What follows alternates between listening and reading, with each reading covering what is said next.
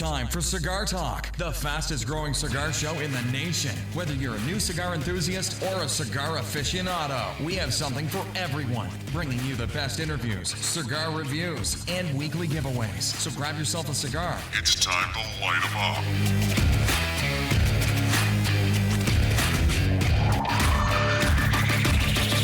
Welcome back to Cigar Talk. I'm your host, Rob Jones, and our co-host, Bryant Falconer's busted at the seams laughing already. I don't even know what's going on over there.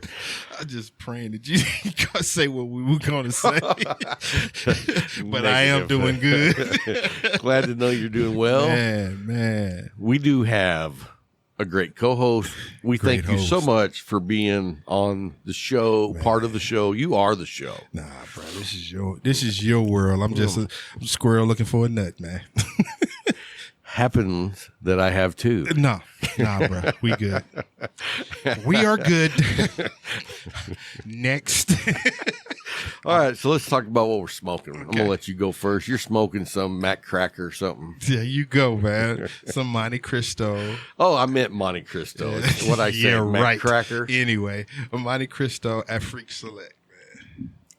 There we go. Afrique Select. Is that spelled A-F-R-E-A-K? No. Afrique? It's AFRIQUE. Gotcha. So I'm smoking the Carrillo, the Perez Carrillo. Yes, sir. And we're drinking some Rebel Yell. Rebel, yeah. Is it Ball and Bond? I don't see where it says bottled and bond, but it is 100. So same as Bottle and Bonds. But who sang that song? With a rebel yell. that was that. First, I was going to say Adam Ant, but it wasn't Adam Ant. It was the other dude with the white hair. You know what I'm talking about. I can see his Billy face. Idol. Yeah. Billy Idol. Billy Idol. He had, you know what? I wasn't a big fan of his music. I mean, of course, everybody loved that song. Yeah. That one and White Wedding. Yep. And then there was a couple of other ones that he did that were big hits, but the most of his music was not that good. You know what I mean? He made some catchy tunes, And that was it. yeah. I mean, He wasn't a one-hit wonder. He was a he was three-hit probably wonder. a 3 or 4 hit Yeah. wonder. I think. I mean, maybe I should re-examine, but I don't think that would be necessary. So. But that's what I thought when you said Rebel. I was like, the song just started going across my mind. I was like, wow, who sang that? That was an 80s tune. Yeah. Big 80s tune. And they still play it in the club today. What club you going to? I don't go to any clubs, but it's one of those songs that they play because it gets the crowd wound up. Especially for those of us that were in the 80s. Yes. No. You hear that song, you're like, yeah! Because you know the verse that we sing behind it, right? During the chorus? No. I'm not going to tell you Thank you. the show. It's not appropriate, but I'll tell you afterwards. You really don't know? No. Huh. Yeah, anyway, we'll get back to that after the show. I'm trying to think of what could be that. You would have no idea. Yeah, I got but you. I can tell you that I got later. you, bro. So anyway, let's talk about case elegance. Dude, Bryant is happier than a pig in shit. I'm glad you said that. I'll take that. I mean, anyway, Case Elegance has sent us some humidors to try them out. Man. And I can't try out all 4 of them. No. So I told Bryant, you pick whichever one you want. And the ex-Army guy in me took the olive drab green one that looks like a ammo can. Yeah. Dude, it does. It looks like both of them. It's really nice. Oh, dude. And those latches on both sides. And the handles on both sides, the piano. I mean, dude. I'm like. So here's the thing. Once you get it set up, you got to post some pictures. Dude, I'm going to talk and about let it. me see it. Y'all going to get tired of it. You know what? Because that was my favorite one, too. But I'll let you have first pick. I appreciate that. I'm worth something. You are. One draft pick in 30 years. Speaking of the draft, it's coming up soon. Yeah. Oh, dude, I don't want to talk about Do y'all what's y'all's pick at? Number 3. Number 3. Going with quarterback? Yeah, and it was everybody know Lawrence is going first. And the Jets are taking that other guy. I can't think of his name. But that left us with Mac Jones from Alabama Ohio State's quarterback, Justin Fields, and this guy from I don't know, North Dakota State, something like that. But they won the national championship last year in the FCA. Cool. But athletically armed and can make all the throws, Ohio State, Justin Fields. Okay. But they saying we're going to get Mac Jones from Alabama, man. It's a pocket passer, man. Dude can't move. He's not mobile. You don't have to be mobile. Yeah, because they changed the rules. If you can make the throws, you don't have to be a scrambler. He can't make all the throws though. Well, that's an issue. And we got a guy that we can pick that can make all the throws with the mindset. Let me come from Big Ten, Ohio State. You don't get. Well, I can't say that because the dude Washington picked 2 years ago. So, but it's just like, I'll see. We'll see. So we got the third pick. But I mean, either one of those guys are going to be good. Heck yeah. Especially with the system we run, because it's still offshoot of the run and shoot. You know, you ain't got to look long. I heard the rumor the Patriots were trying to make a trade with Green Bay. For Rodgers? No. Who? For the quarterback they drafted behind him in the draft. Oh, the guy that Love? they got last year that made him scared. Right. Yeah. I don't think Green Bay would do that because you ain't got that many more years with Rodgers, man. Rodgers is not going to do what Brady did. He's not going to pay. Last year, he had his best season ever. So, I mean, it's hard to say he won't be if he wants to play for another 3 or 4 years, he probably can. That's perfect. At a high level. Because what did they do with him with Brett in front of him? He sat for 4 years. Yeah, but you don't want to do that. I mean, he's already sat for a year. Yeah. You set him for 4 more, 5 years? No, he ain't going to last no 5 years because the first time that rookie contract is gone, he gone. Right. He ain't going to sit there and wait on that. Right.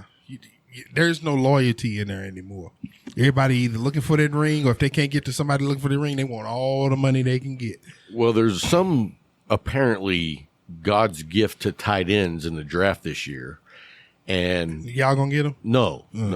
The Cowboys would love to get him. But he's probably going to go at like number 5 or number 6, which is high for a tight end.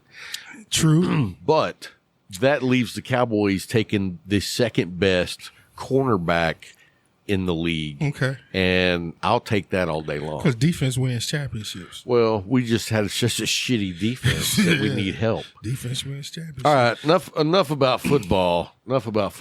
It's the Cowboys have been so boring this offseason. You have nothing to talk about. Nothing. You know, Jerry Jones is always making big deals in the offseason. He didn't do anything this year. And, you know, the highlight of the Cowboys is the offseason and the draft because everything else sucks. Yeah, because y'all start looking beautiful on paper. The rest of it looks horrible. Oh, man, we look great on paper. We're going to do it this year. When you start looking at the record, you know. So, anyway. Hey, let's talk about our sponsors. Yes, sir. We talked about Case Elegance. Look down the show notes. You'll see a link.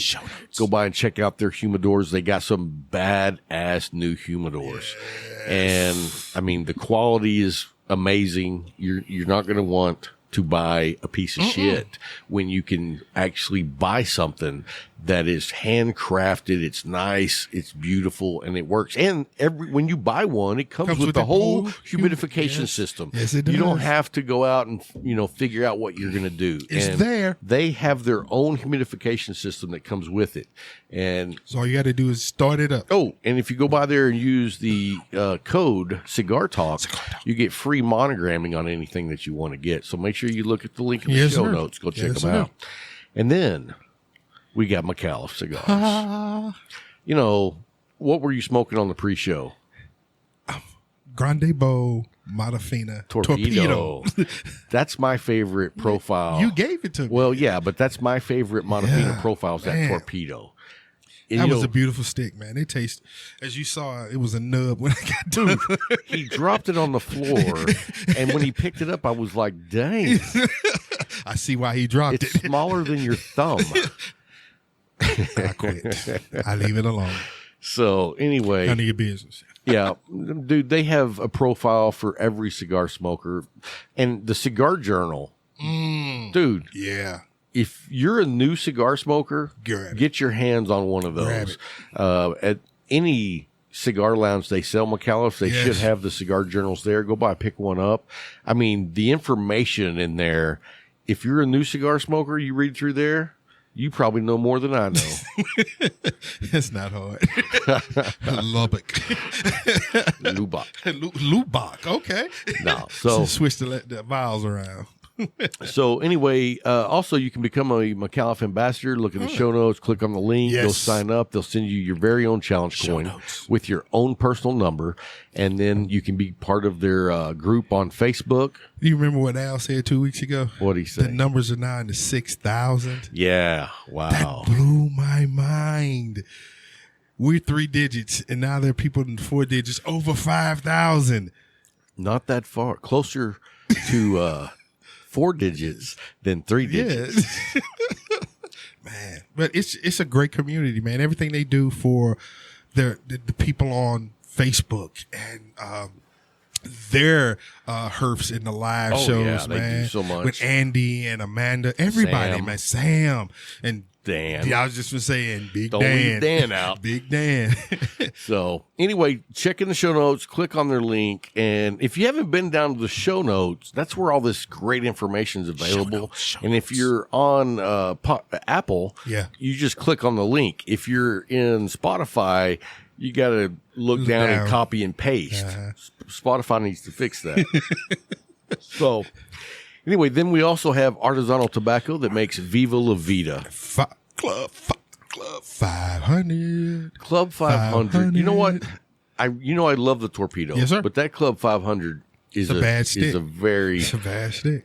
it's a different stick. Yeah. But it's damn good. That's grown man yeah, style. it really is. Grown man style. Yeah. Stop acting like a kid.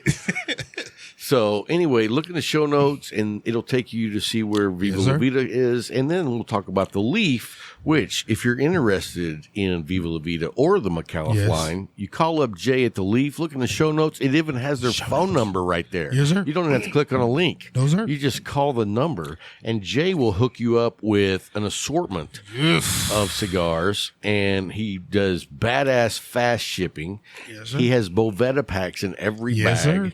And I mean, dude, he knocks it out. When I talk to other people who order from Jay, they can't believe how fast they got their cigars. And the quality and the way it was when it arrived. Like, man, they had a Bovita pack in there. It was ready to smoke. Yeah. He Yeah. takes care of you, man. Yeah, Takes care you of don't you. have to let these rest for a No, while. because they've they've been shipped. Now, if you're in the Abilene area, Come on. 1166 where? 1166 North Second, Yes. go by there. And I'm going to paraphrase what Al McAuliffe said. Okay. If you're anywhere close to here, this is a good place to show up. Yep. You know what I mean? Because he enjoyed himself. We Yeah. enjoyed him, though, he, man. he was amazed at how nice Jay had built the Leaf. And that was very apparent on the compliments that he was giving Jay, Yeah. because he was just like over and over, like, wow, this is really nice. And so Jay should be very proud. If you get an opportunity to visit in person, come by, share the experience. And I'll tell you what, I heard Jay telling his employees, reinforcing what their company mission is. Yeah. And their company mission is to make sure every customer has the ultimate cigar smoking experience. And so it wasn't all these crazy things that companies do. It was all about the customer. Yeah, all about the consumer. And being a young entrepreneur that Jay is, he's got it on the nose. Yeah. Because he takes care of his people. And I'm not talking about the people that work for him, the people that walk in that door, that walk by. He talks to people just walking by. Oh, absolutely. Hey, how you doing? It's that type of mentality that builds your vision, that builds what he wants. And he's on it. All I can say is he on it. Keep doing it, bro. Keep doing it. All right, coming up next, we do have the weekly Pick Six. Yes. So, hey, I want to say one other thing about our sponsors. Yeah. Is you guys need to know that we turn people down because we only accept the highest quality. Yep. And so, and that's not just the product. That's the people, the brand, the whole 9 yards. Everything about him. And, I once had a cigar manufacturer owner tell me, well, you're leaving a lot on the table. And I was like, that's, you know what? I have a certain level standard that I can't be that person. He ain't chasing the dollar. That's not what it's about. You know what I mean? But anyway, that made me realize what that cigar manufacturer was about. We won't even mention that person's name. But anyway, he's not a sponsor. Nope. As you can tell. Right. So anyway, let's start with the pick six. I'm going to let you go first. Yes, sir. I'm going to start off with what I was smoking on the pre-show. Oh. McAuliffe Grande Bowl Matafina. Torpedo. Very nice. Yes, sir. Very nice. As we all know, great stick. Everything about it is bold. It is something that, you enjoy smoking. It's something that you enjoy. My number two was something I smoked this morning. And it's Oria de Nicaragua, Ataño, Connecticut. I bet you $1 you can't say that again. I'm not even going to try. Just let me give you $1. You nailed it. Once. Once. And I nailed it this morning, too, because it was a great stick, man. Nice. That Connecticut was perfect, man. I got to tell you, that Ashton, Connecticut you gave me, 898. I had to cut it in half and smoke half of it. Why? Because the lower half was plugged. I mean, don't tell me plugged. that, man. It had a big knot in it. I could feel it. I tried to work it a little bit, and so it just didn't work. But the half of the cigar I smoked was really good. Okay. But I was like, I wonder what first third was like. I feel bad now because I don't like that, man. It happens though. Yeah, it does, but I don't want to give anybody something that they say, well, I had to do this. But my number 3 this week was the Drew Estates Liga Privada T52. Oh, good choice. I smoked one of those not long back. So. Hey.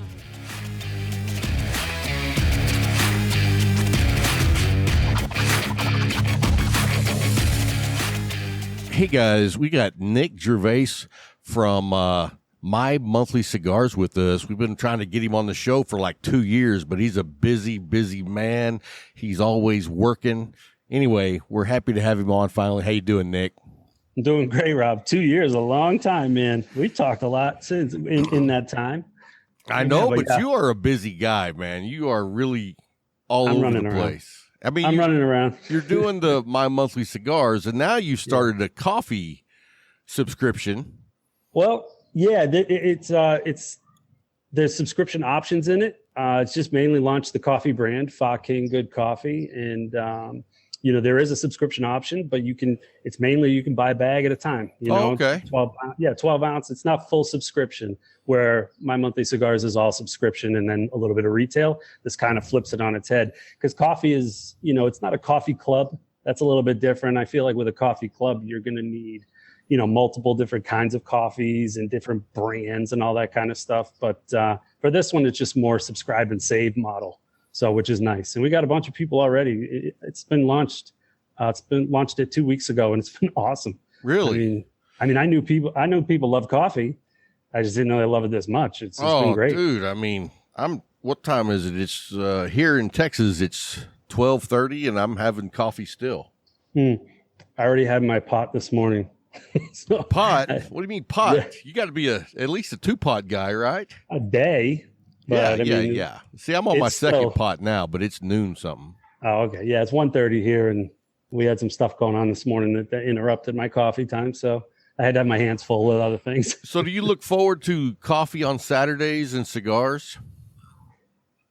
I look forward to coffee every day. Well, yeah, I do that every day, but on Saturdays, I meet with some guys every Saturday, and we all drink coffee and smoke cigars and catch up for the week. Nice. No, yeah, I mean, I think there is something to it about the weekend coffee, whether you're meeting with somebody or not. I think you've got that weekend vibe that I don't have shit to do. Yeah, it's kind of nice because, all during the week, I'm out here having my coffee and cigars by myself first thing in the morning. I mean, I start with coffee and cigars at usually 7:00 in the morning. And so, but that's just, I'm busy working, I'm smoking. Right. And then, on the weekend, it's like, man, I can go down there and just relax and hang out. Yeah, that's the difference. That's the key difference, is just you don't have any real responsibilities. I mean, for me, Saturday, Sunday, it's still working, because we got the two companies. But other than that, it's not. I have fun doing it, so let's not call it work. Hey, well, and I want to tell everybody that my main thing with Nick was My Monthly Cigars, but I just within minutes found out that he's doing the fucking coffee. And dude, I've been seeing that everywhere. So let me just say, you're doing a great job of getting the word out about your coffee. Thanks, man. Appreciate it. Yeah, I didn't know it was yours, but I was like, I know. I like that I've seen it everywhere. I was like, all right. The first time I saw it, I was just like, and I think I saw somebody post that somebody was posting fake account. Yes. Was that you that posted that? I think so. It was really funny because whoever set up the fake account, kind of the mirror account on Facebook, set it up almost exactly the same, except there are a couple different things, the name, spelling, obviously, otherwise they couldn't do it. And the funny thing is I found out first because they sent me a friend request on my personal account. Oh, no way. Wow. So I'm like, what the hell is this? And then immediately following, I had 10 to 15 people just messaging me, just saying, hey, we got a burner account, you got a fake account, alert, just letting you know. And then everybody, thankfully, just came in and just flooded and reported the hell out of it. And it was gone within a half an hour. It was great. Well, that's no fun. I would have had so much fun with that person. I don't know who they were, but I mean, I would like to take them down a little bit of a rabbit hole. But that's me. You know how I am. I know. And it's hindsight's 2020. I thought about it afterwards. I was like, man, we could have had a little bit of fun with that. But I mean, can I order 5,000 bags? What's that cost for me? Huh? I'd like to pay you cash right now. It was funny. Somebody sent me the message that they were sending them because I was running a launch contest, and the message said, hey, you won. And she goes, you're a fake account. And he goes, no, we're the verified real account. And we just, something about there's a lot of fakes out there. The fake said there's a lot of fakes out there. Yeah, for sure. Right. So I love scammers. I look forward to engaging with scammers. So I probably would have had a little fun with that, but you had too many. You had too many fans that jumped on their ass. It was like, it was nice. It was real nice. That's cool, man. It's like you got good backup. Yeah. It was nice feeling. It's nice feeling that people, and it was nice. I appreciated everybody just reaching out and alerting, and that just tells you, you're doing something right. It told me I'm doing something right with MMC because, I'm building this coffee off of, members and all the contacts I've made, of course, through the last 2 years. And, it's been great. So it's just, to me, it told me I'm doing something right somewhere. So it was kind of justification of keep going. You're doing it right. So nice, man. Well, I by the way, nice logo and artwork for the coffee. It's really eye-catching. It's like, oh, that's cool. So thanks. And what's funny is I thought by looking at the artwork and all the just bombardment that I've been seeing of it, and not from you, but from other people, that it's like, these dudes must be around for a long time. So, I mean, you're kind of like upstarting it and going from scratch. So that's impressive. Yep. That's good, man. Thanks. No, I appreciate it. It's been in the works for a long time, and a long time. If you consider 8 months a long time, from planting that seed in my head to execution, and finally got around to it. I was hoping to have it done by Christmas, but life happens, and hey, we're here, and I'm excited. There's so much more to come with it too. I mean, I've got K-Cups coming. People keep asking me, do you have K-Cups? Boo, yeah, I'm not a big fan, but here's the thing, Rob. It's roasted to order coffee, so the beans aren't roasted until you order it. Oh, nice. And with the K-Cups, they're just acting as little supplemental pods for the same coffee. So if you're going to order the whiskey barrel blend, whiskey barrel aged in the bag, like ground already, or K-Cups, it's going to be the same thing. It's the same coffee just filled in the K-Cups. So it's a little bit of a more convenient way for those people who don't have time to get good. Yeah, it's for coffee. All those people who pretend to be a real coffee drinker. I get it. Yeah. Yep. But the K-Cups are going to be there, man. It's they're very high demand. Popular. It's a high demand thing, and I know a lot of people, including my wife, that use the K-Cups. Mm-hmm. But I give people a hard time that use K-Cups because I use a refillable one. I have a refillable. How does that work? Does that work pretty good? Yeah, it works great. I mean, it's real simple. You get to take your grounds. I mean, usually either I have it already ground up or I use the grinder. I'll just fill the cup with it, pop it in like a K cup, and grab a 10-ounce or 12-ounce cup of coffee. Does the water get hot enough? Oh yeah.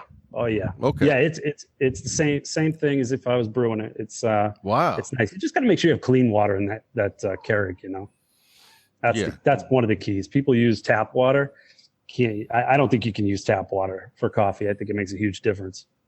So, like, what water do you use? I filtered filtered water. Oh, okay. Like reverse osmosis is fine. Yeah, I'm not using. I'm not putting like Fiji or shit. Yeah. Well, see, for my coffee, I've got rain buckets outside, so I only use rainwater. Do you really? No. Get the fuck out of here. You had me for a second, then I realized who I was talking to. Right. So, hey, well, let's back up. I mean, how long has My Monthly Cigars been going? Interesting question and timing, because we're actually hitting 2 years. Our 2-year anniversary is going to be the June box. Gotcha. So we've got 24 boxes. Well, congratulations, man. Thanks. It's been a fun, humbling ride. Lot more ups than downs, which is great. And, the people, I've been saying it all along, the people in this industry are just aces across the board. There's I always say 98% of this industry is phenomenal people, and everybody knows who the 2% are, and you don't deal with them, Right. They make themselves known pretty quickly. But, it's been a fun 2 years, met some great people, got some awesome members, and great connections like you guys and you and the podcast community in general it's been really nice to myself and MMC. So happy where we are, and there's more to come. Like we got a few things on the horizon too to add. Yeah, I'm thinking like next you're going to be like My Monthly Guns. that would be a club that I'd be all over. You know what I mean? I know, but I gotta know something about it. I don't know shit about guns. Just do My Monthly Ammo. We would love to get ammo in the mail every month. That would be badass. I'll sell ammo. That's not a bad idea. Oh yeah. We'll do that. We'll see. MMA. I don't know if I could do MMA though.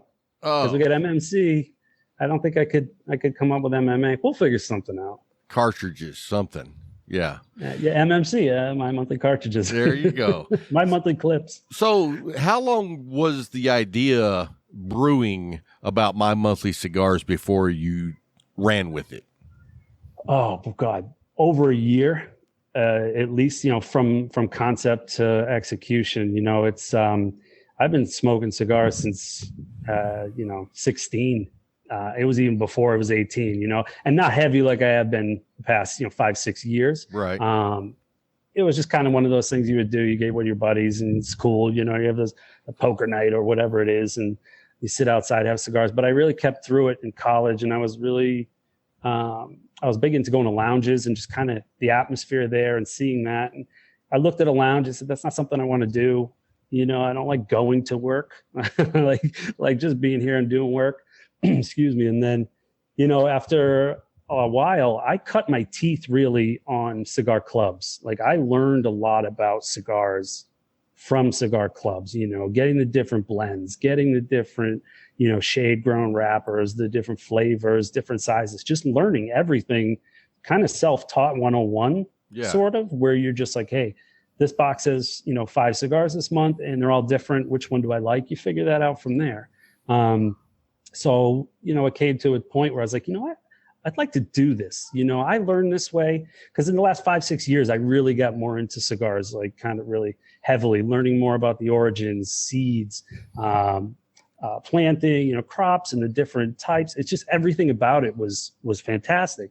And I got so enamored and I said, why don't I just start a club? I would love to start a club where I can teach people. Yeah. And it's not really education. That's not like what I'm going for. I just want a club, hence a cigar club for everyone, is where you're not feeling like it's a pompous thing to do or a super luxury item that you can't afford. Right. If you want to try it, I wanted to make it affordable and valuable to you to try it out so you can learn. Because some people, I know you know how it is, Rob, if you go into a lounge, how many times do you see a newbie walk in and just not know what to ask or say? Well, let me tell you this, and this is what I love about cigar subscriptions. This is what I love about what you do. is when you're a new guy, you feel intimidated even going into the cigar lounge because you don't know shit. And you go in there and you see these guys smoking and you're like, oh, man, they must know everything, you know, and I don't know anything. And so you're giving guys the opportunity to kind of check out the wheelhouse of different cigars and kind of cut their teeth, like you said, before they go in and start hanging out at the cigar lounge. And I think that's a great opportunity for a lot of new guys to try cigars that they would never try on their own because they just don't know. No, 100%. I mean, and that's kind of where I was going with that, you know, the lounge example is you see these guys walk in and they look like that Travolta meme from, you know, Pulp Fiction, where he's back and forth. He has no idea where he is and what he's doing. And, you know, they're intimidated. That's the best way to put it. Intimidation is key. You walk in and what are you going to do? You know, don't be afraid to ask questions. That's what I always tell people. Don't be afraid to ask. And if you're in the right lounge, they're going to answer and help you. And you know what's funny though? You know what's funny though? It's so easy for experienced cigar smokers like yourself and myself to tell people, ask questions. Don't be nervous. Just go in and ask questions. But if you're the new guy, it's still difficult to get over that nervous anxiety about talking to guys that you think know all this great information. And I can tell you this.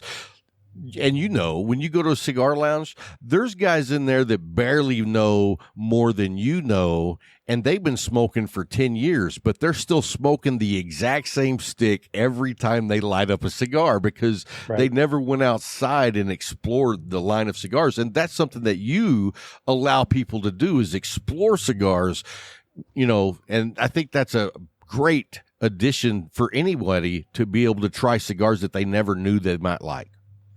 Yeah, sure. And again, that's, you know, I use the term cut my teeth on it. And that's how I learned, you know, okay, those dark cigars, they're not scary, you know, those Maduro wrappers, you know, it's not a heavy cigar. I'm not going to collapse, you know, from taking a couple puffs. You know, you get over that intimidation factor, you learn.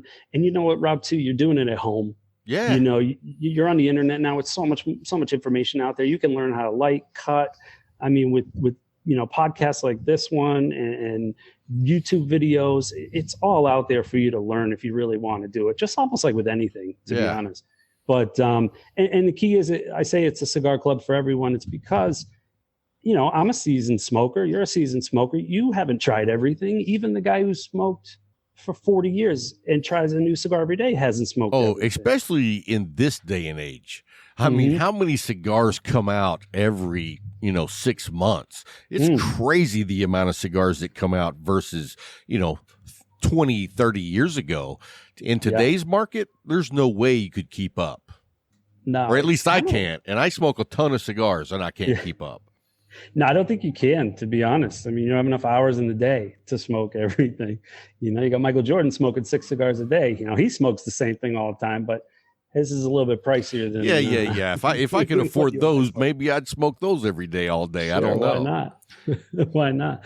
But yeah, it's and that's why it's a cigar club for everyone. Just if you've been smoking forever, you want to try new stuff. If you're kind of an intermediate, you've only been smoking for a little bit, you're not sure what you like, give the box a try. And it's month to month. Just cancel before the next one. Right. If once you learn and you're ready to go, come on back and buy some cigars or go to your lounge. Now what you like, and you go in and you tell the the guy at the lounge, say, hey, listen, I really like this cigar. It was a Nicaraguan and it had a Maduro wrapper or whatever the case may be. He goes, oh, we got something similar.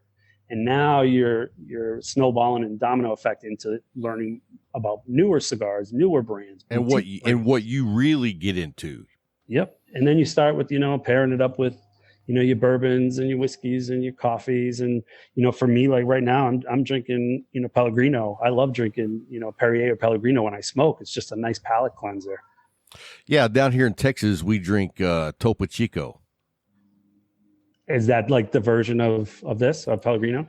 Yeah, it's like a seltzer type water, and you can get the plain, you can get the lime, or you can get the grapefruit. And it's a great palate cleanser just because, when you have a carbonation that's just water, it really cleanses the palate.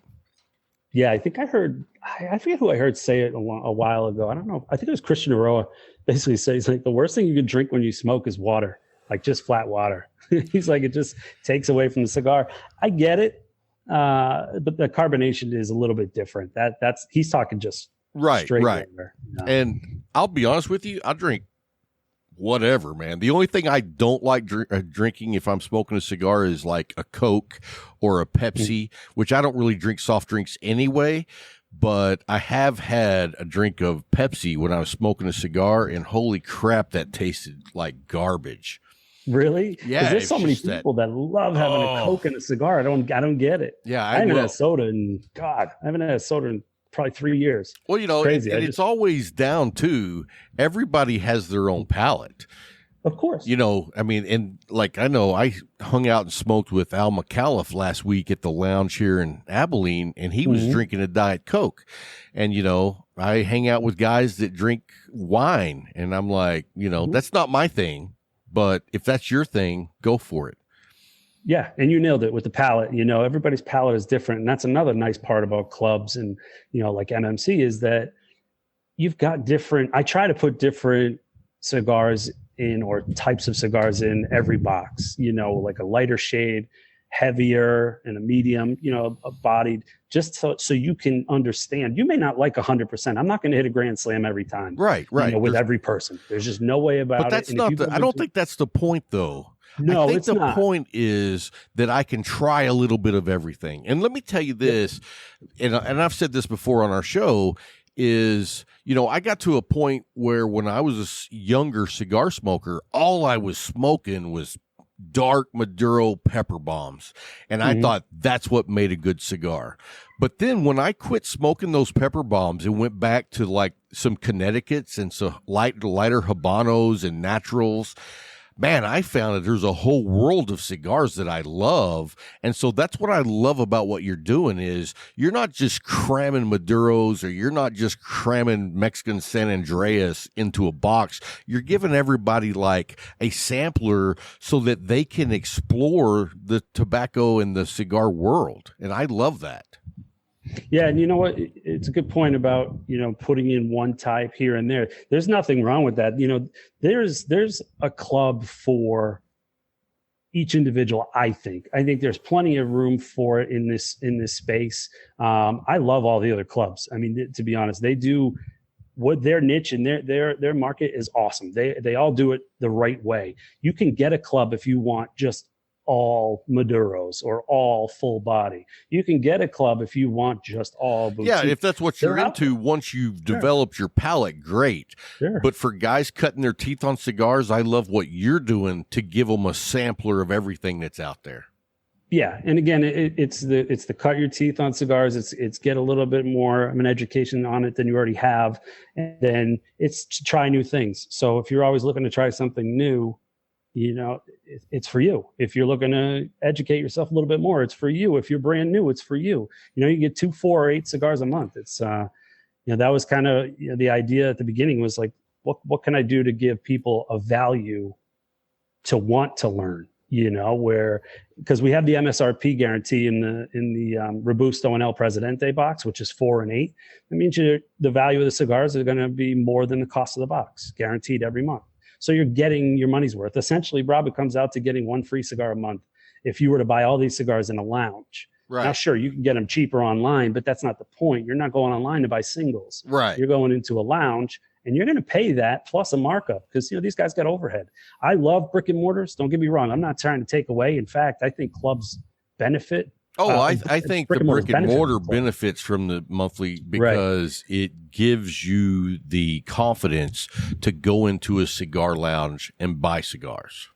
Sure, but it also, what I'm saying is it also gives the brick and mortar owners a benefit. The clubs benefit them in that we introduce smokers to a new cigar. Then they walk into a lounge and they say, do you carry this? If they hear that enough, shit, we got to buy those boxes. We got to buy this brand. People are coming in and ask about this. Now they've got something new to offer their customers. Well, and also gives them the opportunity to show them a cigar that's similar that they do have in their humidor. 100%. 100%. So it benefits, I think literally that's why it's a cigar club for everyone. And, bring in the brick and mortars as well. It benefits them. And to be honest, the manufacturers love them. They love the clubs because they're getting out in front of thousands of people every month with a cigar that maybe nobody's ever heard of. Sure. And they say, oh, now they're trying their brand. And then you've got a brand loyalist. So it's a nice domino effect that benefits everybody from top to bottom. Yeah, I think it's a nice piece of the whole community. Mm-hmm. And so I think that I love what you're doing. I love how you do yours. But I want to back up for a minute because before you started, what were you doing in Nick G's life before cigars? Oh, God. I mean, I've been in sales for, how old am I now? 73. So really, you look a little older, but oh, good asshole. I've been in sales forever, and it's good. It's fun. Sales for me is kind of similar to what I'm doing now. With this is you're out there talking to people, you're engaging, and I'm not looking. Of course, I'm looking to sell, but that's not my goal here. At the end of the day, is I'm in a community that enjoys the same thing I do. Now, not many people can say that with their full-time gig. It's a nice feeling. But I originally grew up in Massachusetts. I grew up in Central Mass, and I moved out to Northeast Ohio. About 10 years ago. And again, you could do that with sales. Like you work from home or you do a little bit of traveling. You can kind of station yourself anywhere. Now, are because you're from Massachusetts, are you a fan of the song by the Bee Gees, Massachusetts? You're like hitting the points. I just watched like 3 months ago. That documentary. Wasn't it awesome, dude? It was so good. So good. I'm going to watch it again. Like I'm a Bee Gees fan already, but same. I did not know about their first chapter. Did you? Me neither. Isn't it crazy? Was like, dude, when you heard them, were you like, that sounds like the Beatles? I mean, they sound. 100%. I was like, dude, they sound just like the Beatles, and I didn't know that they were like superstars as teenagers, and then took a hiatus. Yeah, and it's and they caught a lot of crap too. When they went into the disco era. But they didn't really do disco. It turned into disco. You know what I mean? Right. And so, but it was a really great. But anyway, I heard that song Massachusetts, and when you said that, I was like, oh, so were you a fan of that song? Being from there. I knew of the song, and it's funny because I played it in the car, and my 6-year-old actually kind of likes it. And my wife's sitting there. She's like, "This is the worst song in the history of music." And I said, "All right, whatever. It's all right. He likes it." Yeah. So how old were you when you left there? About 31. Oh, 32. okay. So you were there your young adult life. Oh, yeah. No, I grew up in Central. I grew up born and raised in Worcester, Mass. And I lived in Brookline and Waltham before I left. And Brookline is like right on the edge of Boston. I lived a mile from Fenway Park. Oh, no kidding. Oh yeah, it was awesome. It was real cool. But I mean, it's night and day difference, being out here in Ohio in the burbs compared to being in the city. It's you could take a walk 20 minutes, from starting your walk to getting back to the couch. You can go get a sandwich, you can get a 12 pack and go pick up something else. You'll be back eating in 20 minutes. Are you talking about there or where you are now? Yeah, there. No, where I'm at now. No, I got to drive 20 minutes to somewhere, Yeah. So, man, Fenway Park, dude. So did you grow up going to baseball games all the time? Oh yeah. I mean, I've sat in every corner of that park so far. Nice. I love it. You know what, to be honest, Fenway Park is a shithole. It's a dump. But it doesn't matter. It doesn't. Yeah, I think we've talked about this maybe on one of the Herfs once. It doesn't matter because it's the nostalgia of it. You walk out, as soon as you see it, you're just in a different place. You don't care that you're, a quarter inch from, the guy next to you spilling beer on you, because you're spilling beer on him probably, Right. So, but it's, it's something to see, that in the old Yankee Stadium and even Wrigley. Wrigley's a dump too. People aren't going to like that opinion, but I loved Wrigley when I went there, because it's Wrigley Field. Well, I mean, and how many people were like up in arms when they decided to build a new Yankee Stadium and get rid of the old one? Everybody was like, "Oh, we love that place." You know what I mean? Mm-hmm. Yeah. Then you give them the corporate seats and the nice posh, service, and they don't remember the old one. Right. That's how it always works. So, I can tell you this: when the Cowboys had the stadium that we had for the first 30, 40 years, when they tore that down, I was like, good. That place sucked. Right. I mean, dude, how is Jerra's World? I've never been to the new stadium as far as going to see a game because I'm too cheap now. Because, when they build a big stadium, they up the prices like 400%. But, I went to the games in the old stadium, and I can tell you that we would be sitting in the nosebleeds, and there was like a temperature gauge on the wall, and it would be literally 121 degrees. Awful. Terrible. It was not fun. It was not fun. And plus, they lost. So every time I ever went to a game, they lost. How many championships they got in your time? They Five. Five. Can you believe I've seen 6 with the Patriots? That's crazy. So did the Patriots address the quarterback need in the draft? I don't know. I didn't even watch. Well, they got Mac Jones. So at 15. From the Giants? No, Mac Jones from Alabama. Oh, okay. No, they were at 15th pick overall, and Mac Jones just fell to him. Yeah, and, my buddy was crazy? like, I can't believe the Cowboys didn't jump on that quarterback, and I was like, dude, we just paid $160 million to Dak. We're not going to take a quarterback.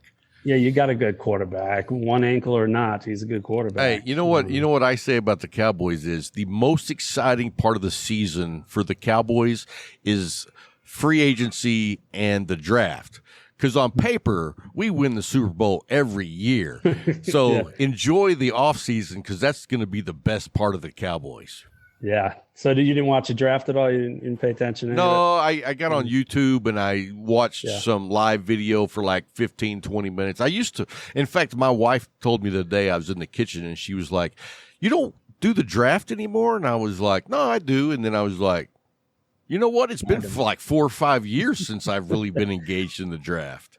Yeah, it was here. It was in Cleveland. So I was supposed to go yesterday, and I didn't end up going because we were going to take my son, and I didn't feel comfortable bringing him up there, with the crowds that are there. And and it turns out we had friends that went without their kids, and they said, yeah, no way. They made the right move not going. So, dude, the wrestler was there. What's that? The wrestler was there for Cleveland. What's his name? Macho. The wrestler? Yeah, the WWE. Oh, I don't follow it. I don't follow that. I follow WWF, man. Okay, well, whatever. The Macho Man. Macho Man. Randy Savage is dead. Oh, well, they had somebody dressed up like him on stage.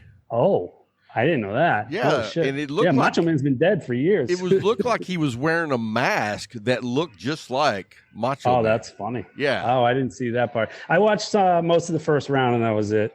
And then I saw the Patriots picked in the second round, and then I was done. I got you. It's like, all right, they're just picking Alabama players, all Saban guys. Hey, there's nothing wrong with that. No, they're best friends. Look, he knows what he's getting. Exactly. So you hear that buzzing now? No. Your neighbors are mowing. Then mowing, they're trimming. They saw me come out, and they're just like, "Hey, he's going to go on a Zoom call. Let's mow our lawn and trim and be loud." Hey, so let me ask you this: where do you see evolving the My Monthly Cigars? I mean, what do you have on the horizon? What's those wheels turning in your mind? Because I know, as an entrepreneur, you're not just going to do one thing and let it just go on forever the way it is. You're going to add additions to it. What do you got turning up there? Yeah, you can't. And you're right. The wheels, when you say wheels, I think you're underestimating how many wheels are actually turning on a daily basis in my head. It's almost like I'm spitting out too many things, too many ideas that I got to rein I do the same thing. I do the same thing, and it's crazy. And anyway, I completely understand. So, I mean, what do you see, though, coming out of some of these ideas?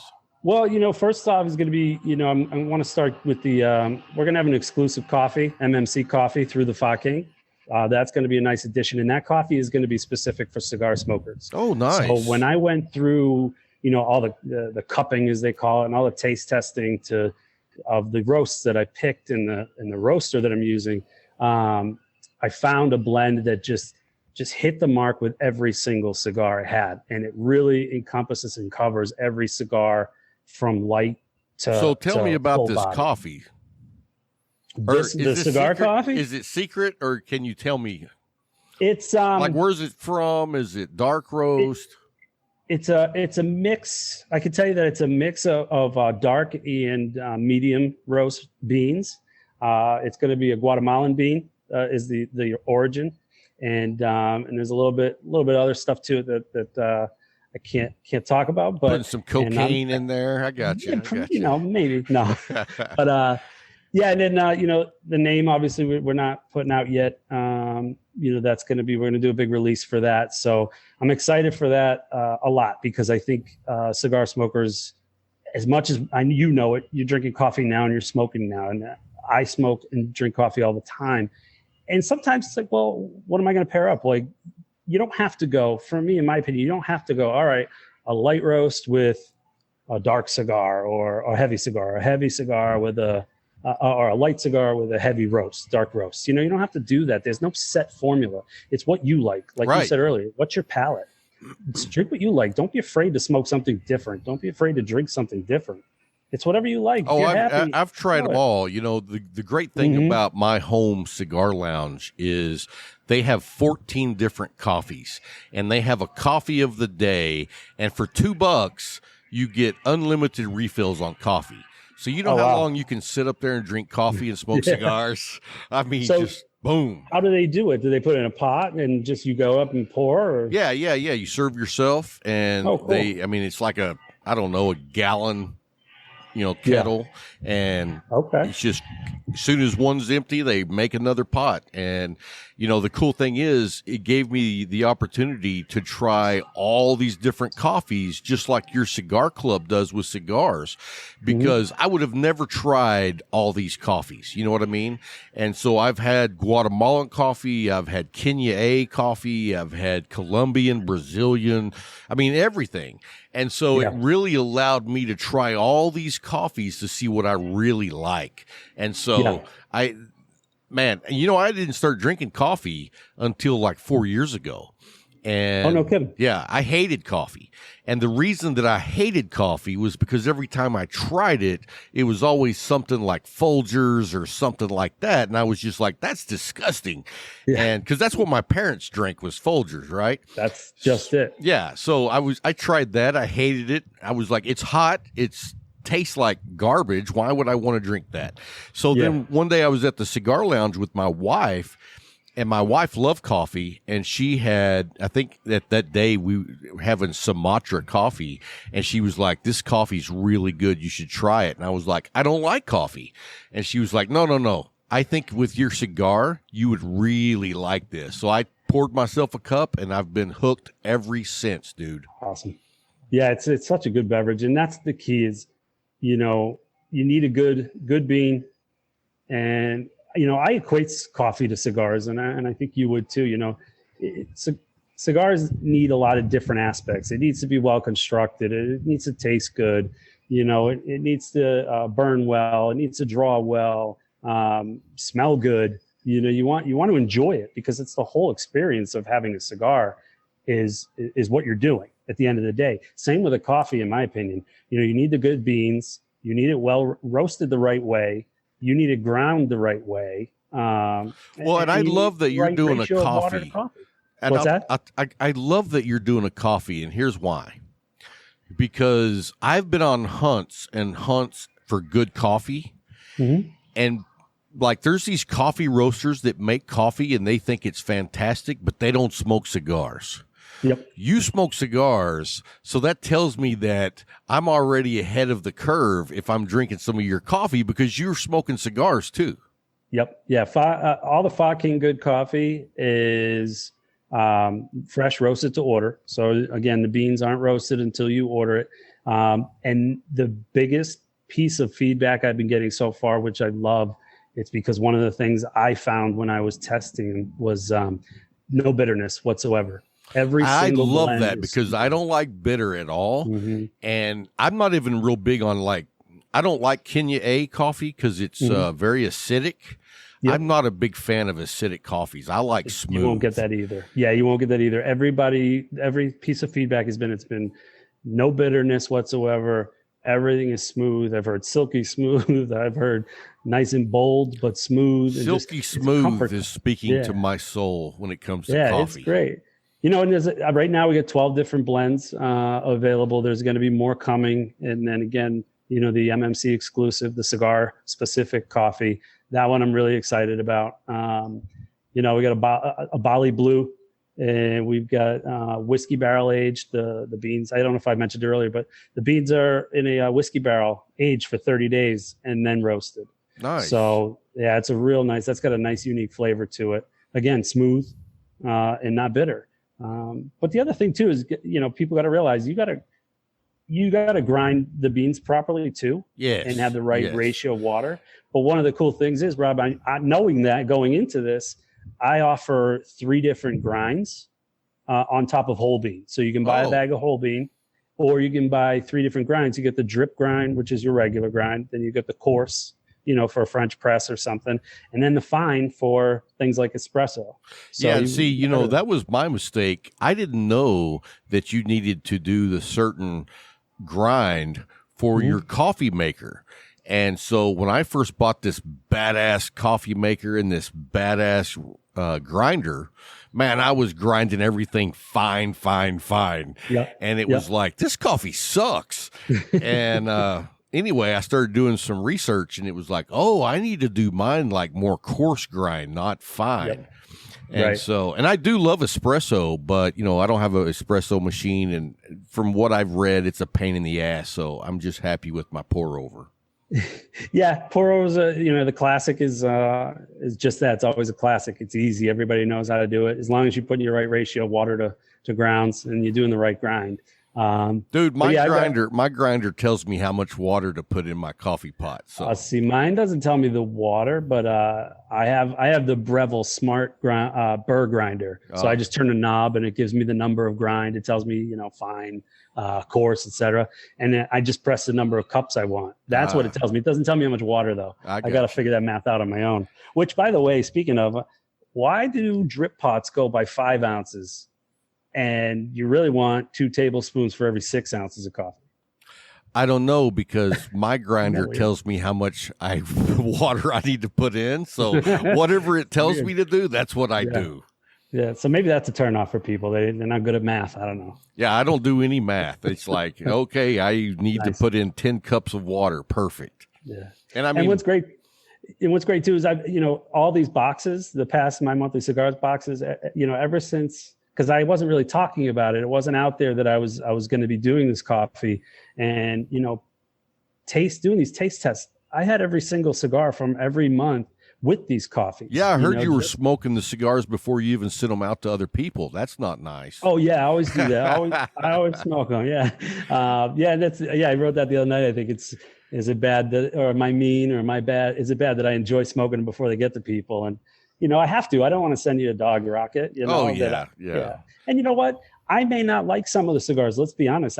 It may not be for me, but that doesn't mean it's not for my members. Yeah, it's you can't just put cigars you like in there. You know what I mean? Then it would be the Nick Cigar Club. You know, and it would just be all heavy, spicy.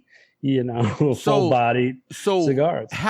Let's talk about that for a minute. How do you do your selection of cigars? Do you have a process? How do you actually do that? Put a piece of paper on the wall, throw darts, and whatever 4 hit them. Gotcha. No. You do that in the garage? Yeah. I got big holes in the garage. Right. No, I got a running list of cigars that, you know, either I wanted to try myself because, you know, it's my club and that I'm running, and I have a little bit, you know, it's a little bit of personal touch to it. And plus I want to know if it's good before I give it out to my members. Right. You know, it's cigars that are, you know, quote unquote hot right now, or I don't want to say in demand, but people want to try. I love that when I hear feedback every month, like, oh man, I got this cigar. I've been wanting to try that. But you know why people don't try is because they're not going to spend $200 on a box and risk hating it, you know, and then they hate. Let me tell you something. I've bought boxes before, and 2 or 3 sticks in, I hate it. And I'm like, man, I can't smoke the rest of these. So those go on the bottom shelf of the humidor. And now when you come over, those are the cigars I give you. And the people that don't know anything are like, these are great. These are awesome. It's so funny because I had a good friend, Tim, come over and stayed the weekend one weekend. And he is not a regular cigar smoker. And after the first day, he was like, dude, every cigar in your humidor is really good. And I was like, yeah, because I don't smoke shit. Right. So yeah, I mean, it's basically a running list. I keep a running list going, and then I kind of make it a point, like I said, to give a variety every month of something different value. I try to put in at least $40 worth of cigars in there, on the MSRP. So you're only paying $30. So like I said, you're pretty much getting a cigar for free every time. And then, at the end of the day, like I said, it's stuff that's hot that people want. Like last month, I'm smoking one now, one of the HVC hotcakes, not these were hot for the hotcakes, but that's been a pretty popular cigar from what I've seen on social media, past few months. And I put one in, and that was the feedback I got. I've been wanting to try this, but nobody wants to spend the money on a box. Hey, and that's I've been wanting to try that stick, and I haven't seen it anywhere. So good job. Yeah, HVC is not everywhere. And that's the other thing. You may not have a brick and mortar near you.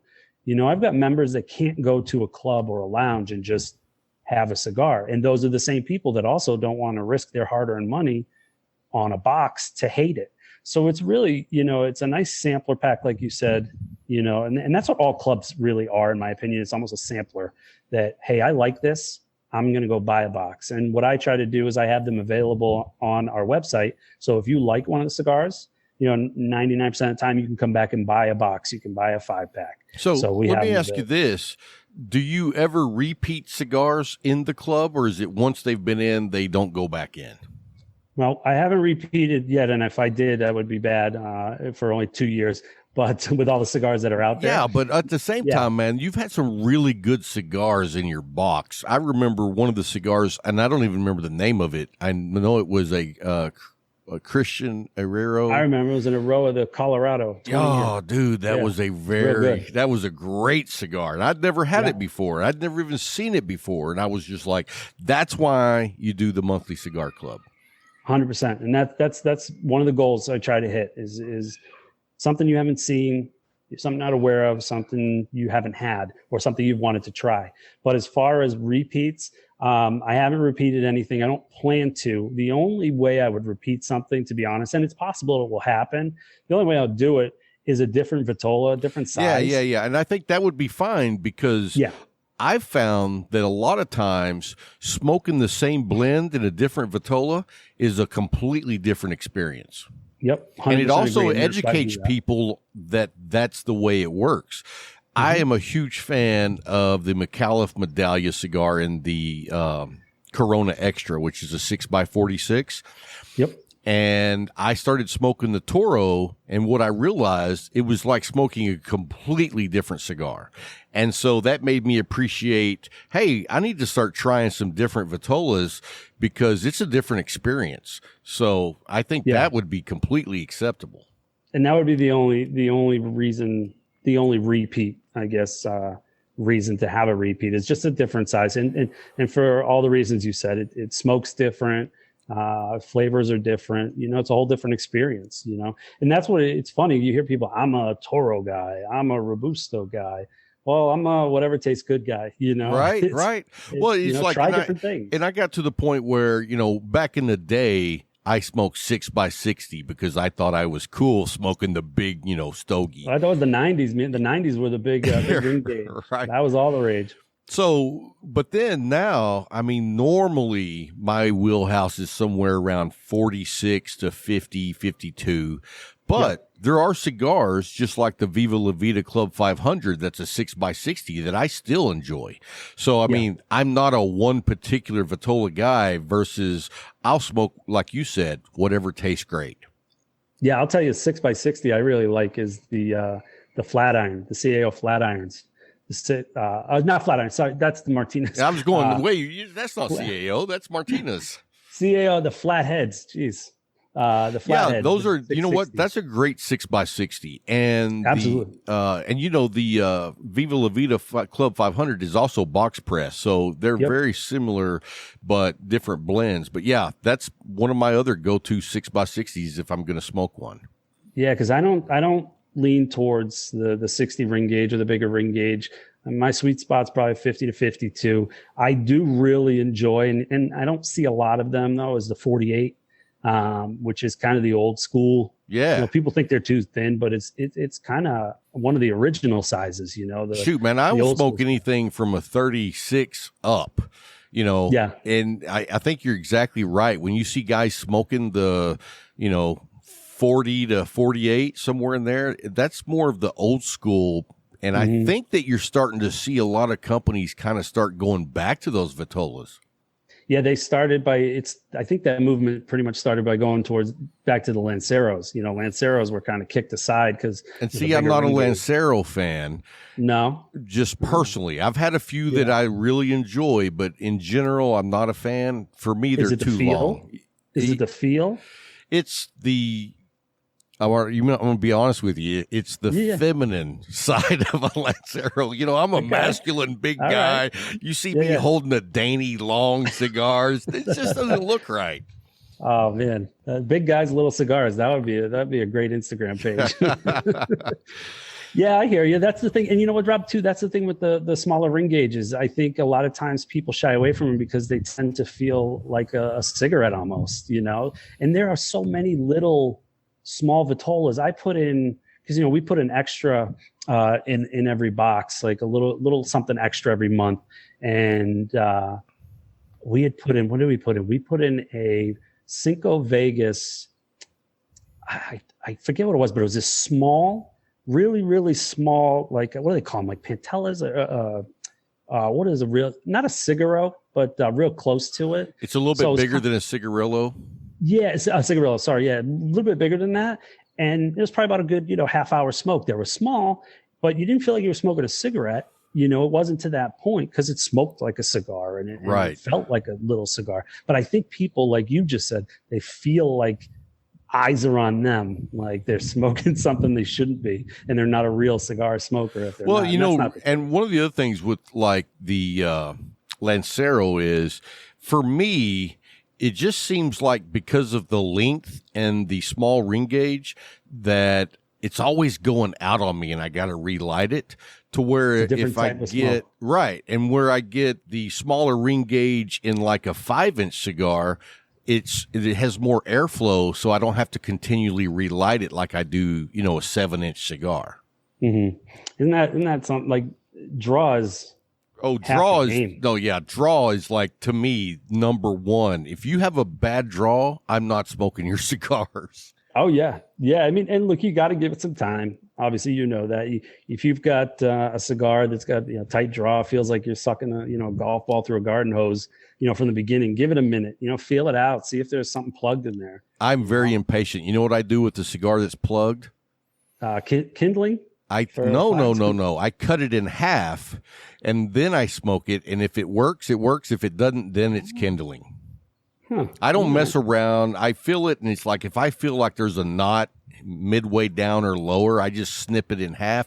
I've even snipped it in half, threw away the top half and smoked the lower half. All right. Yeah. I mean, just get right to it. It's not wrong. Nothing wrong with that. How the wrapper doesn't come undone? Well, you just have to be careful with it. Yeah. I mean, because it will come undone if you cut it in the half. Now, if you cut it in the half and smoke the top half, it usually does fine. But on the lower half, I've had some issues, and, I just hold the cigar the whole time, and then, I keep it from unraveling myself. Yeah. What are you smoking, by the way? The HVC hot cake. Oh, you're smoking one right now. Very nice. Yeah, that's what I was saying. Like, not to be, talk about hot cigars. Now I'm smoking a hot cake. These are good, man. These are really good. I enjoy them. Now that's blended by AJ Fernandez, correct? I believe it is. The HVCs. Yeah, the HVC. AJ's got his hands in everything. That is true. That is true. And I think he did it the right way. He had the tobacco, right? He has his own brand, but he had the tobacco, and it's like, why not put it in everybody's brand? Why not put it in everybody's cigar? Put your name on it. Now you're everywhere. I mean, he's in Monte Cristo. Well, and the thing about it is the way he is in such high demand. When you see your brand and it has AJ's name on it, you're like, I got to try that cigar. You know what I mean? Just because he is like the ultimate blender.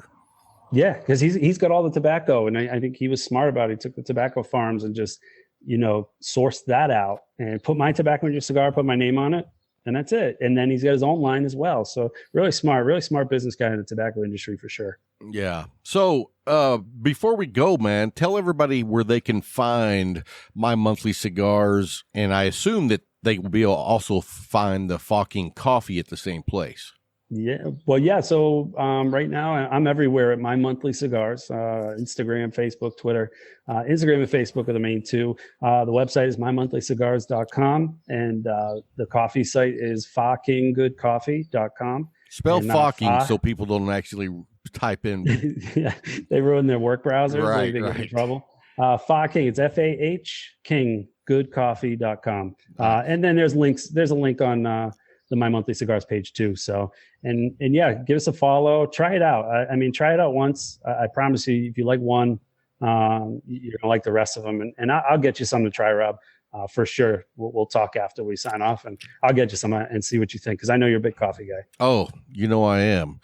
Yeah. I can't go a day without having at least my minimum is 1 pot. So I mean, usually I'm a 2 pot a day guy, but sometimes when I'm in the afternoon, you could tell when I've missed my afternoon coffee. Is this I get the massive headache and I'm just cranky. It's almost like I'm hangry. Oh, but, yeah. I'm with you, man. I got to have my coffee. And you know what's funny is I could drink 2 pots in a row and I don't get all jittery, because it really doesn't affect me the way it does. Like my wife, she would be all jittery, and I can just drink it and I don't even notice that it makes me hyper or stimulated. It just, I enjoy the flavor of it. That's why I drink it.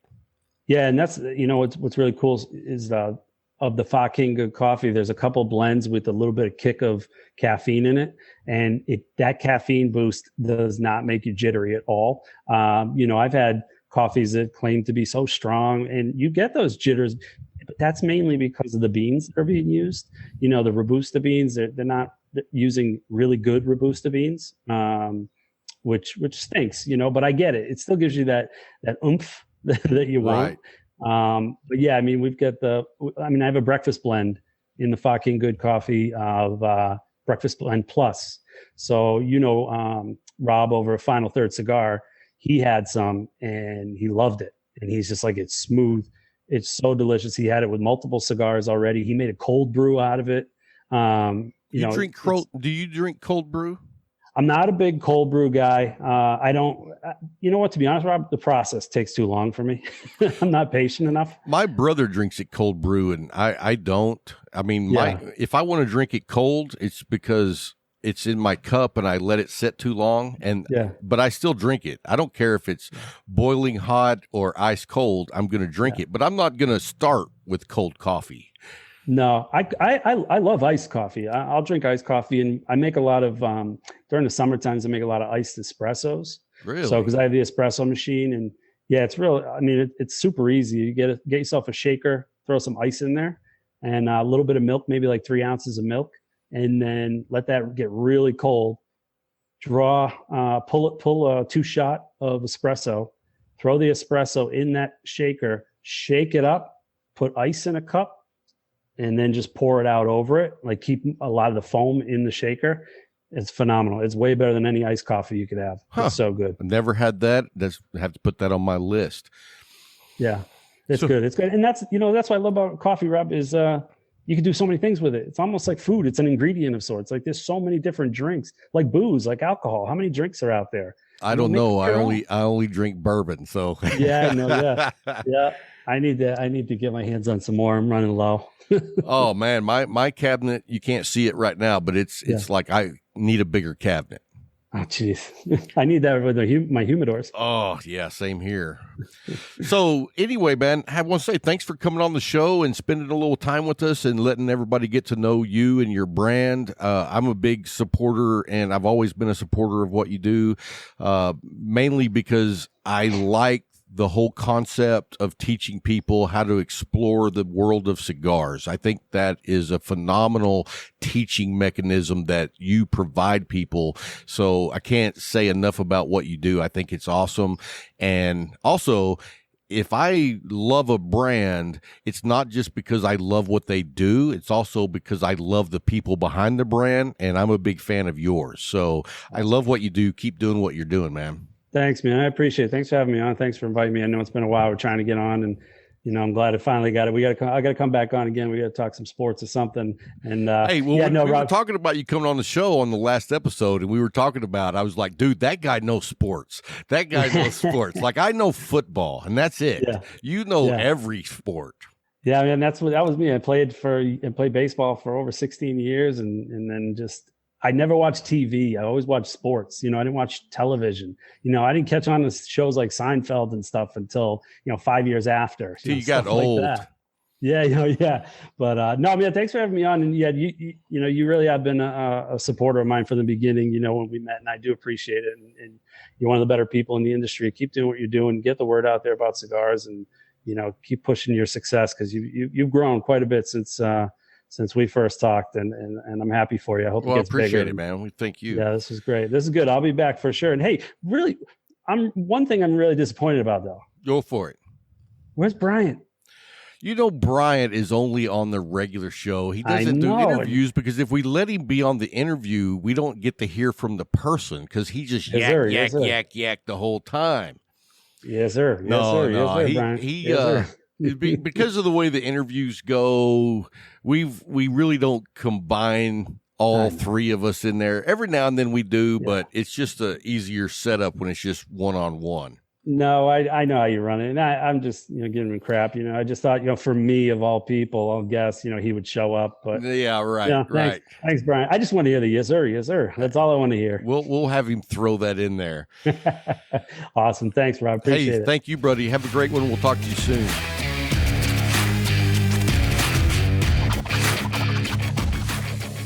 Hey guys, hope you enjoyed that interview with Nick. It's always a pleasure to talk with him. Cool dude. Yeah. Cool dude. He used to be on a lot of the Herfs with us, and he's a very sports knowledgeable guy. True. You know what I mean? True. And amongst us, you have to be very knowledgeable to talk with us about certain sports, especially like he knows a lot about basketball, baseball, and see, I'm not really either one of those. Football. I'm a football guy, and that's it. Yeah, football. I mean, I like to watch a little boxing. Today boxing, and my nephew is in UFC, so that's what I look at more than anything. Now, UFC, when it first started, folks were like, it ain't going to last. Look at it. Oh, yeah. I mean, really, it has put boxing in its shadows. Tell the truth. I mean, there's too much money in it. Too much. And you'll never get that back for boxing. No. I think the closest you ever got to it was when Tyson came out of retirement. So what's that say about the old sport? guard? Yeah. You know what I mean? Him and Roy Jones. That's the best thing in the last 3 years. Two dudes coming out of retirement. Right. Wow. But hey, that's the way it is today, man. And I was still a fan. Oh, come on. And that fight was still good. Yeah. It's better than some of the fights we've seen in a while. I mean, you could tell they were old. Yeah, but you can still tell that talent. Yeah, that talent and heart, baby. Woo. So, anyway, man, Bryant has a special list for the show. He's got a list of the top 10 most expensive cigars in the world. Yeah, I asked Rob this question. If money wasn't an option, what stick would you buy? And he came up with one, but we're gonna go through the list first. No. Let me tell you people what I actually said. Yeah, because he's just said it again.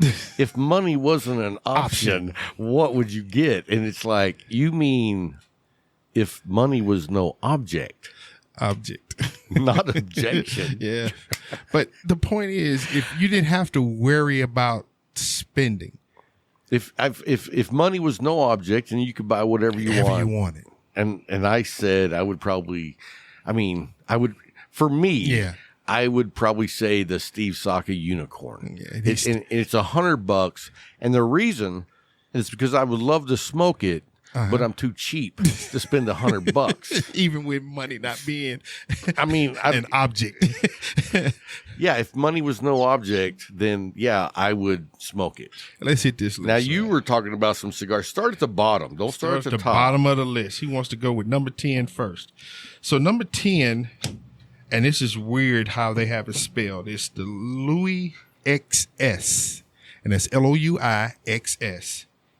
How much you think that one went for? $10. $50 a stick. Okay, and I've spent $50 on one stick, And it was, and I think that's about my peak. see, that's as far as you're going to go. You're not going any further. 50 is a lot. Yeah.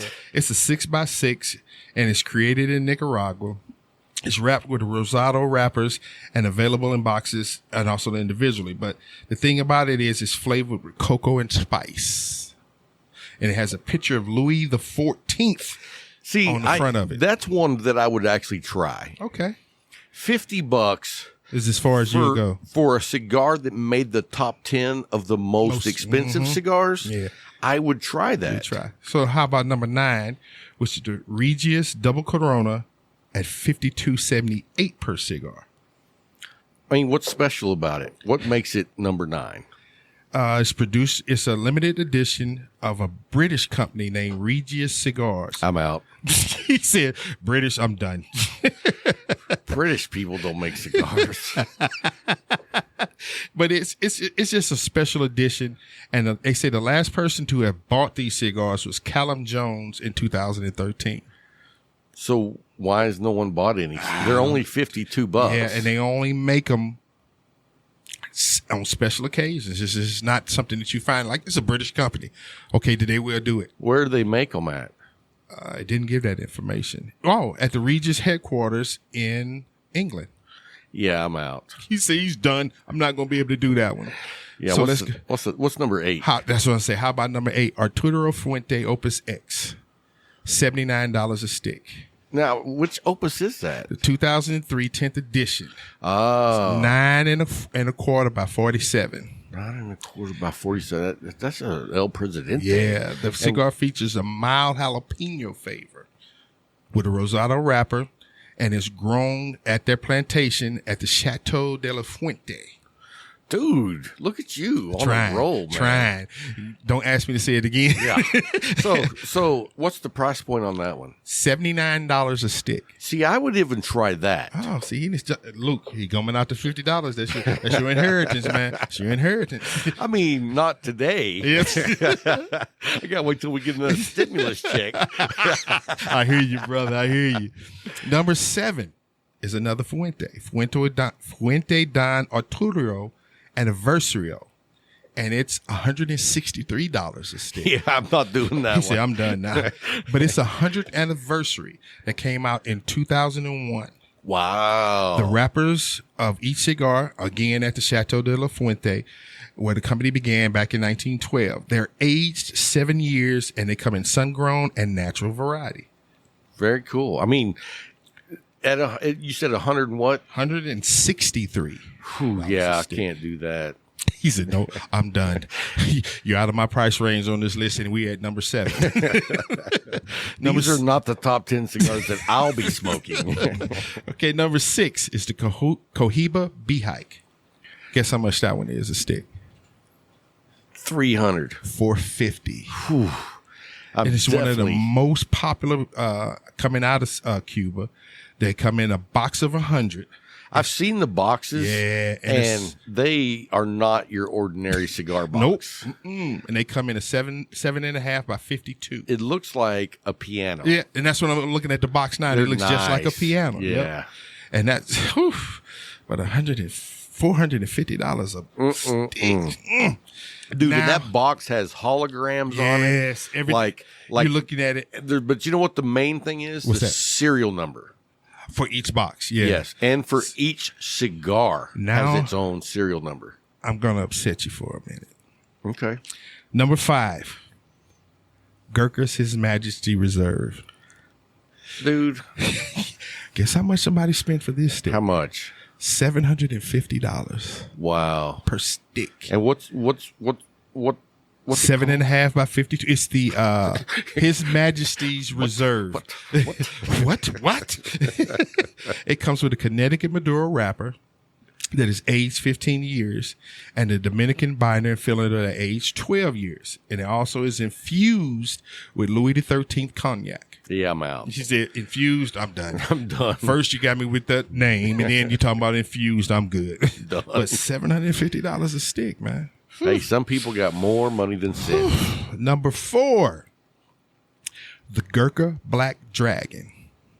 How much is that one? $1,150 a stick. Dude, that's crazy.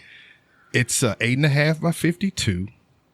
The wrapper is Connecticut Broadleaf Maduro. The binder is Cameroon, aged 5 years. And each cigar is individually packed in a frosted tube. But here's the thing that got me. The box is made of camel bone. Camel bone. So they killed the camel to make the box. Or they're just at a camel funeral home. Oh, stop. Stop. Don't go there. I mean, don't go there. We're good. it's available. But I'm talking about $1,150 for a Dude. Gurkha. And think about how many boxes of the cigars we like you could buy for $1,100. Dude, You see what I'm saying? half a year. Right.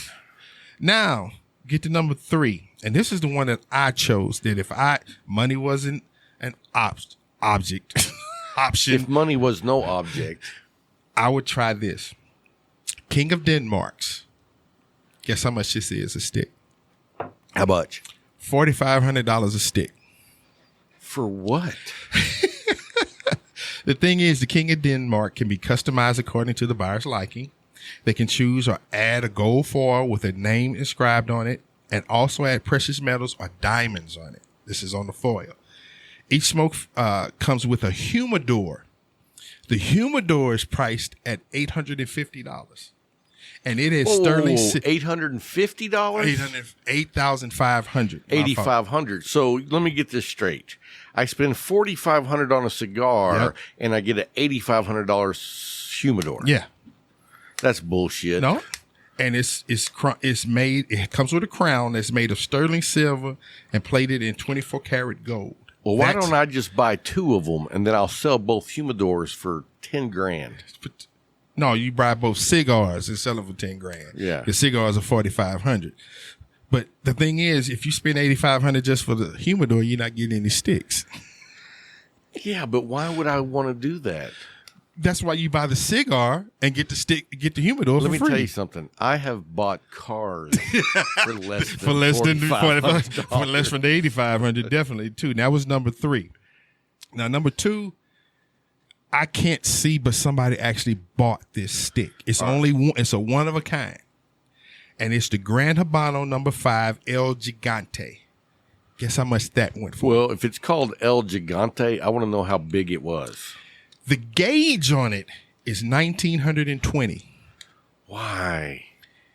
It has the amount of tobacco is 1,600 pounds. What do you do with that? 40 people can smoke off the cigarette. So you know this, cigar. So you know this was before COVID, right? This was pre-COVID. But it was priced originally. What do you think the price is on it? $1 million. No, it was $185,000. Wow. But they wanted $200,000.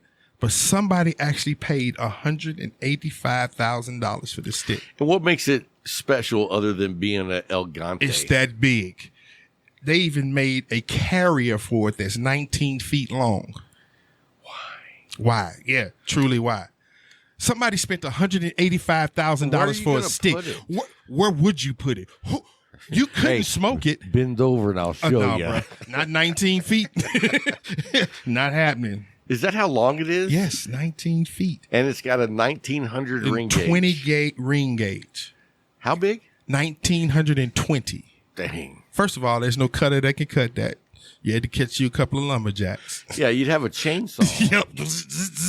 But you can't. But somebody bought it. But it's not smokable. No, but somebody still bought it. Yeah, that's because people are dumb.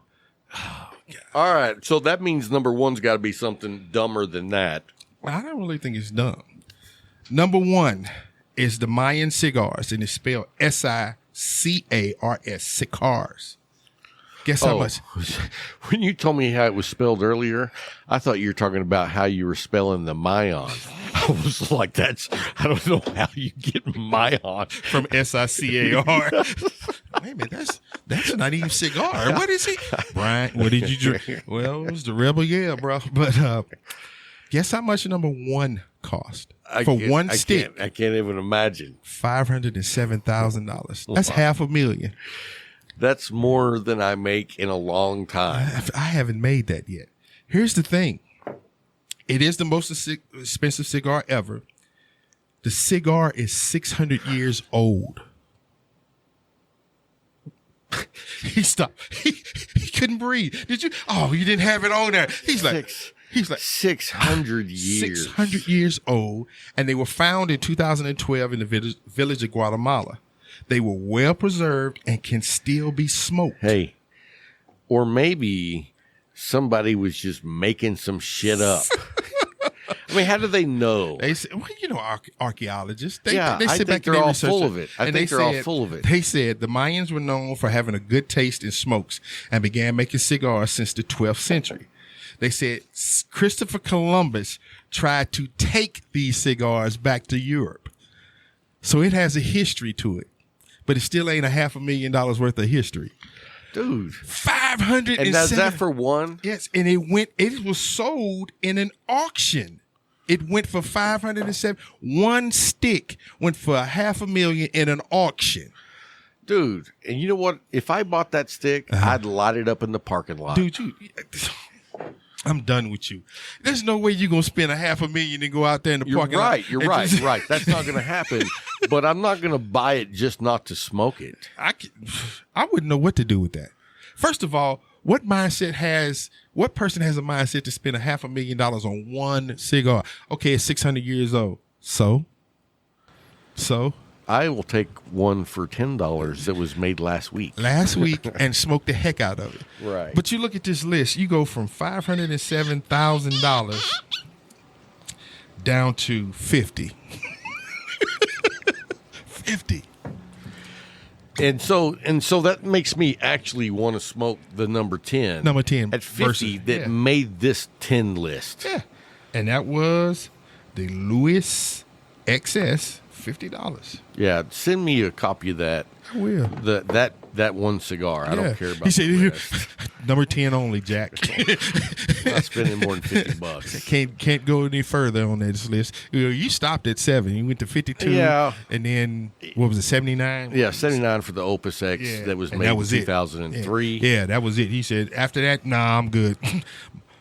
He's spinning Luke's inheritance. No. Luke was sitting over there looking at him like, no.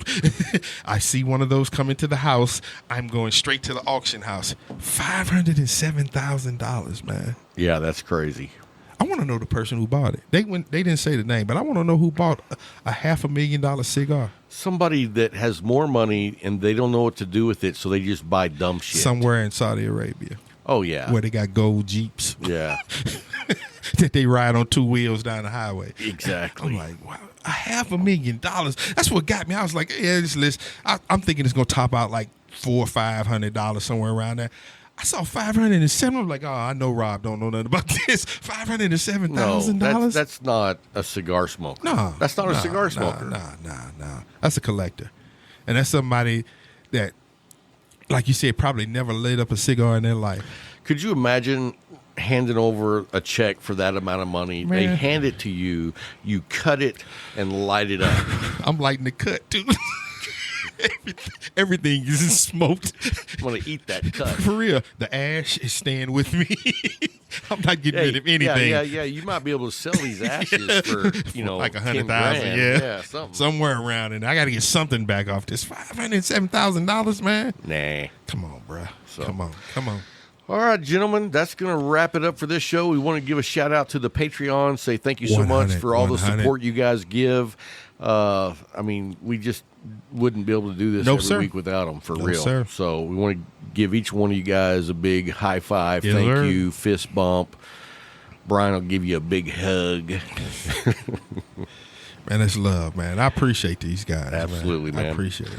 All right, guys. Y'all have a great week, and until next time, Keep smoking. boom.